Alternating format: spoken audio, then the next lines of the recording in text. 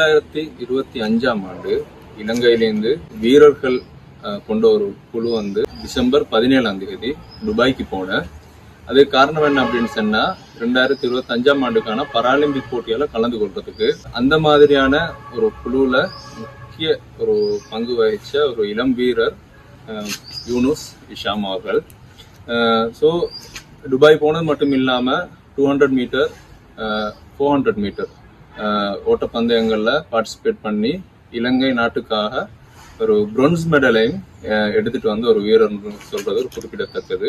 இன்னைக்கு நாங்க ஈக்கிறது வந்து ஹெம்மாத்துக்கு மேல ஒரு முக்கிய பிரசித்தமான ஒரு பாடசாலையான அல் அஸ்வர் பாடசாலை.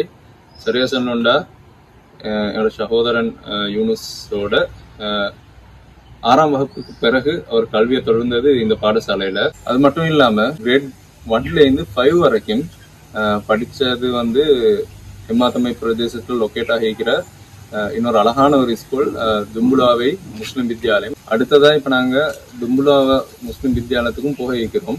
ஸோ அதுக்கு முன்னால துபாய் வரையிலையும் போய் இலங்கை நாட்டுக்காக ஒரு பிரான்ஸ் மெடல் எடுத்துட்டு வந்த அந்த கதையை நாங்க வந்து ஒரு ஃபன்னா என்ன செய்ய போறோம்னா இன்றைய கேட்டு தெரிஞ்சுக்க போறோம். அஸ்ஸலாமு அலைக்கும் யூனுஸ். ஸோ உங்களை பத்தின ஒரு சின்ன இன்ட்ரடக்ஷன் ஒன்று சொல்லிடுமே எங்களுக்கு. என் பேர் யூனுஸ் இஷாம். நான் வந்து கிரேட் 1லேருந்து கிரேட் 5 வரைக்கும் படித்தது தும்புலா முஸ்லிம் வித்யாலயம். அதுக்கப்புறம் 6 to 11 வரைக்கும் படித்தது அல் அஸ்வரில். எனக்கு இப்போ வயசு வந்து 19. நான் பிறந்த 2006. எங்கள் ஃபேமிலியில் நாங்கள் வந்து 4 பிரதர்ஸ், நானும் உண்டு, தம்பி 2. யூனுஸ், இப்போ முதல்ல வந்து உங்களோட ஸ்போர்ட்ஸை பற்றி நான் கேட்க முந்தி யூனிவர்சிட்டியோட பாடசாலைக்கு பிறகு பாடசாலை கல்விக்கு பிறகு யூனிவர்சிட்டியோட ஆக்டிவிட்டிஸ் என்ன மாதிரி இருக்குது? பாடசாலைகளுக்கு பிறகு நான் வந்து கோர்ஸ் செஞ்சேன், கிராஃபிக் டிசைனிங் முடிச்சுட்டு அதோட ட்ரைனிங் வந்து வரங்காட்டியும் வெயிட் பண்ணி வந்துருக்கேன். இப்போ இப்போ நாங்கள் அடுத்ததான் வந்திருக்கிறது எங்கே அப்படின்னு சொன்னால் ஹெம்மாத்தகமையில் இருக்கிற தும்புலாவைன்னு சொல்கிற ஏரியாவில் இருக்கிற தும்புலாவை கிரவுண்டில். ஸோ இந்த கிரவுண்டை பார்த்தாலே விளங்கும், ஒரு பெரிய சைஸில் இருக்கிற ஒரு கிரவுண்ட். அது மட்டும் இல்லாமல் யூனிவர்சிட்டியோட இது ஹோம் கிரவுண்ட். அதை விட சொல்கிறேன்னா அவர் வந்து சின்ன வயசுலேருந்தே ரன்னிங் மட்டும் இல்லாமல் அவரோட ஸ்போர்ட்ஸ் சம்மந்தமான ஆக்டிவிட்டிஸ் எல்லாமே அதோட துவக்கமே இந்த கிரவுண்ட் தான். ஸோ அது சம்மந்தமாக நீங்கள் என்ன சொல்கிறீங்க? சின்ன வயசுலேருந்தே தடை இல்லாமல் விளையாடி பழக்கப்பட்ட அந்த கிரவுண்ட் தான் இது கிரவுண்ட். இது கிரவுண்டை வாழ்நாளில் மறக்கலாம். இது என்னோட ஹோம் கிரவுண்ட். இந்த கிரவுண்ட் எங்காட்டி எல்லாருக்குமே யூஸ்ஃபுல்லாக இருக்கும். அடுத்தது கிரவுண்டை ஸ்பெஷல் வந்து என்னென்னு சொன்னாங்க, இது ஹெம்மாத்தமைக்கு பெஸ்ட் ஹிஸ்ட்ரி என்னென்னா ஹெம்மாத்தமைக்கு எங்களோட கிரவுண்டில் தான் கிரிக்கெட் நைட் மேட்ச் ஒன்று ஆர்கனைஸ் பண்ணி வச்சேன். அது இல்லாமல் இதில் ஒரு ஸ்டெப் எடுத்து வார்த்தை வாரணன் இது கிரவுண்ட் தான். இது நடைபெற்ற மரதனோட்ட போட்டியில் கலந்து கொண்டேன். அது எனக்கு ஒரு எக்ஸ்பீரியன்ஸ் ஆயிருந்துச்சு ஓட்டுறதுக்கு. அதுக்கான ப்ராக்டிஸும் இந்த கிரவுண்டில் நாங்கள் எடுத்தேன். ஸ்போர்ட்ஸ் கிளப் அப்படின்னு ஒன்று இருக்கிறது வந்து விளையாட்டுத்துறை மட்டும் இல்லாமல் எல்லா இளைஞர்களுக்கும் வந்து ஒரு பெரிய ஒரு சப்போர்ட்டாக இருக்குது. ஸ்போர்ட்ஸ் கிளப் வந்து உங்களுக்கு எந்த அளவில் ஒரு சப்போர்ட் தந்துச்சு? ஸ்போர்ட்ஸ் கிளப் தான் நான் இவ்வளோ தூரம் போகிறதுக்கு காரணம் கிடையாது. அந்த ஸ்போர்ட்ஸ் கிளப்பால் நான் போகிறதுக்கான முழு வழிகாட்டலும் செஞ்சிருந்தேன். எனக்கு வந்து ட்ரெயின் பண்ணுறதுக்கு கோச்சர் எல்லாம் இந்த ஒழுங்குபடுத்தி தந்தேன். அவங்களுக்கு என்ற நன்றிகளை தெரிவித்ததுக்கு கடமைப்பட்டிருக்கிறேன். ஸ்கூலில் ஒரு ஆனுவல் மீட்டுக்கு ஒரு ஸ்டூடெண்ட் ப்ரிப்பேர் ஆகிறண்டாலே அதுக்கு டைம் மேனேஜ் பண்ணி அப்படி இப்படின்னு பெரிய அளவில் ஒரு ப்ராக்டிஸ் ஒன்று எடுக்கிறேன். அடுத்து அதுக்கு அவர் வந்து தயாராகிற ஒரு மெத்தட் ஒன்று இருக்கிறார். நீங்கள் இந்த ஈவெண்ட்டில் ஒரு பிரான்ஸ் மெடல் எடுத்துகிட்டு வர லெவலுக்கு போன அந்த ஜேர்னி அந்த மாதிரி இருந்துச்சு. நான் இதில் தான் ப்ராக்டிஸ் எடுத்தேன். அது போல தான் கொழும்புக்கு போய்த்து அங்கே கோச் வந்துட்டு சேர்ந்து நீங்கள் அதில் வந்து செலெக்ஷன் அந்த மாதிரி என்ன சரி இருந்தாங்க கூட சில நேஷனல் செலெக்ஷன் வச்சு அதில் ஒரு 30-40 பேர் வந்தாங்க.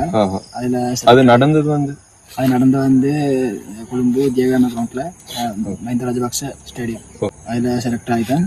அப்புறம் எனக்கு நல்லா கடும் ப்ராக்டிஸ் தந்தாங்க. அவங்க வந்து அவங்களுக்குன்னு தனி ஒரு கோச்சர் அப்படின்னு சரி அப்பாயிண்ட் பண்ணியிருந்தா இதால் கோச்சர் ஒன்று எனக்கு செட் பண்ணி தந்தாங்க. அவங்க தான் எனக்கு இவ்வளவுக்கும் ப்ராக்டிஸ் தந்தேன். நீங்கள் தொடர்ந்து அங்கே இருக்கிற மாதிரி இருந்தால் அடிக்கடி போயிட்டு வர அந்த மாதிரி இருந்தால் என்ன மாதிரி? நான் தொடர்ந்து ப்ராக்டிஸ் முடியங்காட்டியும் 3 மாதம் கொழும்புல தான் இருந்தேன். 3 மாதம் கொழும்புல இருந்து இதுக்கான ப்ராக்டிஸ் எடுத்தேன். இது ப்ராக்டிஸும் எனக்கு கொஞ்சம் ஹெல்ப்ஃபுல்லாக இருந்துச்சு. இப்போ ஷூஸ் அடுத்து அந்த கார்ட் மெத்தட்ஸ் அது இதுகள் எல்லாம் உங்களோட சைட்லேருந்து கிடைச்சா இல்லாட்டி கவர்மெண்ட்லேருந்து அந்த மாதிரி வந்தது? ஸ்கூல் ஸ்போர்ட்ஸ் கிளப்பாலையும் ஓன்ஸ் பண்ணி வந்தாங்க. ஸ்ரீலங்காவோட பெராலிம்பிக் போர்டாலையும் அரேஞ்ச் பண்ணி தந்தாங்க. இப்போ நீங்கள் துபாய்க்கு போனது வந்து விமான பயணமே ஒரு ஃபர்ஸ்ட் டைம் நீங்கள் போகிறது அந்த ஃபீல் எப்படி இருந்துச்சு? இதுக்கு நான் ஃப்ளைட்டில் வெயிட்டில்லை, லேட்டாக வரேன்னாங்க ஃப்ளைட் விட்டுட்டு ஃபஸ்ட்டு ஏர்போர்ட்டுக்கு நான் வெயிட்டில்லை. அது இல்லாமல் ஃப்ளைட்டில் போகக்குள்ளே ஃபஸ்ட் டைம் உள்ள போகக்குள்ளே கொஞ்சம் ஃப்ளைட் எடுக்கக்குள்ளே கொஞ்சம் பயமாக இருந்துச்சு. அதே நேரம் கொஞ்சம் நேரம் விட்டு ஃபன்னாக இருந்துச்சு என்னோட போஸோட போகக்குள்ளே. அந்த மொத்த ஸ்ரீலங்காலேருந்து போன எல்லா டீமும் ஒன்றா போனதா? ஸ்ரீலங்காலேருந்து பார்ட்டிசிபேட் பண்ணுறதுக்கு நாங்கள் ஒரு டீமாக தான் ஃப்ளைட்டில் போனோம். டீம் சார்பாக போனால் மொத்தம் எத்தனை பிளேயர்ஸ் போனதுக்கு? ஸ்ரீலங்கா டீம் சார்பாக வைத்தா ஃபுல்லாக 8 பேர் போய்த்து. எந்தெந்த கேட்டகரியில்? அண்டர் 20 போய்த்து, அண்டர் 80, அண்டர் 70, அண்டர் 60 போய்த்து. ஓகே. இப்போ போனதில் வந்து எந்தெந்த மாதிரி ஸ்போர்ட்ஸில் ஆட்கள் பங்கு பற்றின? இப்போ நீங்கள் போனது வந்து ஒரு ரன்னிங் கேட்டகரி, சும்மா அந்த மாதிரி வேறு என்னென்ன? ரன்னிங் போனேன், ஜாலிங், டிஸ்க், லாங் ஜம்ப், பேட்மிண்டன், அப்படி ஒரு 15 இவெண்ட் இருக்கிறேன். அதில் ஒரு 6-7 இவெண்ட் தான் என்னோட ஸ்ரீலங்கா பிளேயர்ஸ் வந்து பார்ட்டிசிபேட் பண்ண ஒரு 6-7 இவெண்ட். ஸோ அப்போ இன்னும் வேறு வேறு இவெண்ட்களுக்கு இன்னும் ஆட்கள் தேவை. இந்த மாதிரி கேட்டகரி இதாங்களுக்கான வாய்ப்புகள் நிறைய இருக்குது. ஸ்போர்ட்ஸ் கிளப்பும் மற்ற பேரண்ட்ஸும் ஒத்துழைச்சா இதை முன்னே கொண்டு வரும். நீங்கள் ஒரு இன்டர்நேஷனல் லெவலில் ஒரு ஸ்போர்ட்ஸ் மீட்டுக்கு போயிட்டு வந்தீங்க. ஃபர்ஸ்ட் டைம் அவட ட்ரெக் எக்ஸ்பீரியன்ஸ், இன்டர்நேஷனல் ட்ரெக்லாம் அவட எக்ஸ்பீரியன்ஸ் எப்படி இருந்துச்சு? அது கிரவுண்டில் வந்து பார்க்கக்கூட கொஞ்சம் பயமாக இருந்துச்சு. அது வரைக்கும் அந்த கிரவுண்டில் கண்டில்லை, கொஞ்சம் வித்தியாசமான கிரவுண்ட் ட்ரெக் பார்க்கல. நடுவு ட்ரெக் வந்து கொஞ்சம் ஓட்டக்குள்ளே பயமாயிருச்சு. அப்புறம் பார்க்க எனக்கு ஒரு தைரியம் வந்தேன். நீங்கள் முதல்ல வந்து இப்போ கொழும்புல ப்ராக்டிஸ் எடுத்து, அப்போ கொழும்புல ப்ராக்டிஸ் எடுத்ததும் வந்து அதே மாதிரியான செட்டப்பில் உள்ள ட்ரெக் சார்? கொழும்புல ப்ராக்டிஸ் எடுத்ததும் அதே மாதிரி செட்டப்பில் ட்ரெக் தான். ஆனாலும் அது கிரவுண்டை பார்க்க கூட கொஞ்சம் வித்தியாசமாயிட்ட ட்ரெக்டை கலரும் ட்ரெக் இந்த மாதிரி அது கிரவுண்டை அதை இடையே கொஞ்சம் செட்டப்பே ஒரு வித்தியாசமாக வேறு லெவலில் இருந்துச்சு கிரவுண்டான. இந்த இவெண்ட்டில் போயிட்டு பார்ட்டிசிபேட் பண்ண மொத்த ரன்னிங் ரேஸ் எத்தனை இருந்துச்சு? நான் வந்து வைத்த வந்து இந்த ரன்னிங் இவெண்ட் மட்டும்தான், ஒன்லி 200 மற்ற 400. இப்போ 200ல் அவனோட பிளேஸ் என்ன மாதிரிங்க? 200ல் எனக்கு வந்து 5வது பிளேஸ் தான். 200ல் பிளேஸ் எடுக்கிறதுல போனேன். ரெண்டாவது வரையும் நான் ப்ராக்டிஸ் எடுத்ததும் 400 தான் கொஞ்சம் கூடிய ப்ராக்டிஸ் எடுத்தேன். 400 மீட்டரில் நான் வந்து சேலஞ்சாகவே ஓடினேன். ஓட்ட டைம் கூட அவனோட அந்த ரன்னிங் வீடியோவில் பார்த்தேன். நீங்கள் பக்கத்தில் இருக்கிற ஆகலாம் பார்த்துட்டு தான் ஓடினீங்க. அது வந்து இன்டர்நேஷ்னல் ஃபஸ்ட் டைம் ஓடினது சைடெல்லாம் பார்த்து ஓடினேன். என்ன முந்தி போவானோன்ற ஒரு பதட்டம், அதெல்லாம் கொஞ்சம் சைடெல்லாம் பார்த்து. இப்போ நானும் கூட அவனோட அந்த நீங்கள் ஸ்ரீலங்காவுக்கு வந்து லேண்ட் ஆகணும்ல இந்த வீடியோஸ்கள் பார்த்தேன். மீடியாஸ் எல்லாம் வந்து இந்த ஒரு பெருசட்டுன்னு வந்து என்னோட ரிசீவ் பண்ணுறதுக்கு ஃபஸ்ட் டைம் இப்படி ஒரு தனி மனுஷனுக்கு வந்து ஒரு பெரிய ஒரு டீம் ஒன்றே இனி வந்து நிற்கிற அப்படின்றத நீங்கள் எப்படி பார்த்தீங்க? இப்படி ஒரு சப்போர்ட் உண்டு காரணம் எதிர்பார்க்கறதுக்காக நான் ஒரு டீம் ஒன்று சொல்லி வந்து மாலை போட்டு கௌரவம் பண்ணது எனக்கு. யார் யார் வந்தீங்க? இடத்துக்கு வந்து மீடியா அனுப்பிட்டு வந்தீங்க. அடுத்த ஸ்போர்ட்ஸ் கிளப்பாக கூப்பிட்டு வந்தீங்க. நீங்கள் கொழும்புல இருந்து அவனோட வீடு வரைக்குமான ஒரு ஊர்வலமாக வந்து எனக்கு கேள்விப்பட்டேன். ஃபஸ்ட்டுக்கு முத்துவாங்கத்தில் தொடங்கி மாண்டையில் வந்து மாண்டையில் ஒரு ஃபங்க்ஷன் ஒன்று செஞ்சுட்டு அப்புறம் அங்கேருந்து திருவா என்னோட ஊருக்கு பெறட்டு வந்தேன்.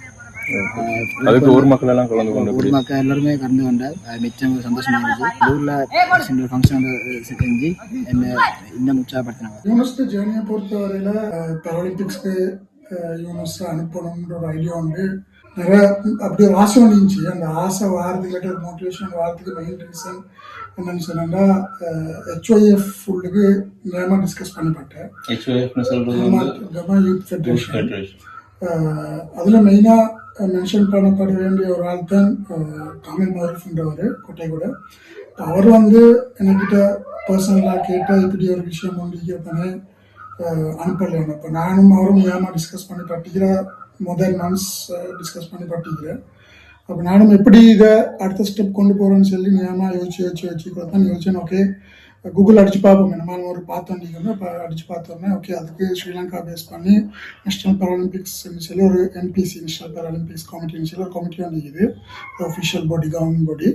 அதுக்கு கீழால் தான் இவரை கொண்டு போகணுன்றதை நான் அண்டர்ஸ்டாண்ட் பண்ணிக்கொண்டு இப்போ அவங்களை தான் முதலாக ரீச் அவுட் பண்ணது. இன்னும் இந்த மாதிரியான மாணவர்களுக்கு இளைஞர்களுக்கு வந்து இன்னும் வாய்ப்பு லீக்கிறாங்க.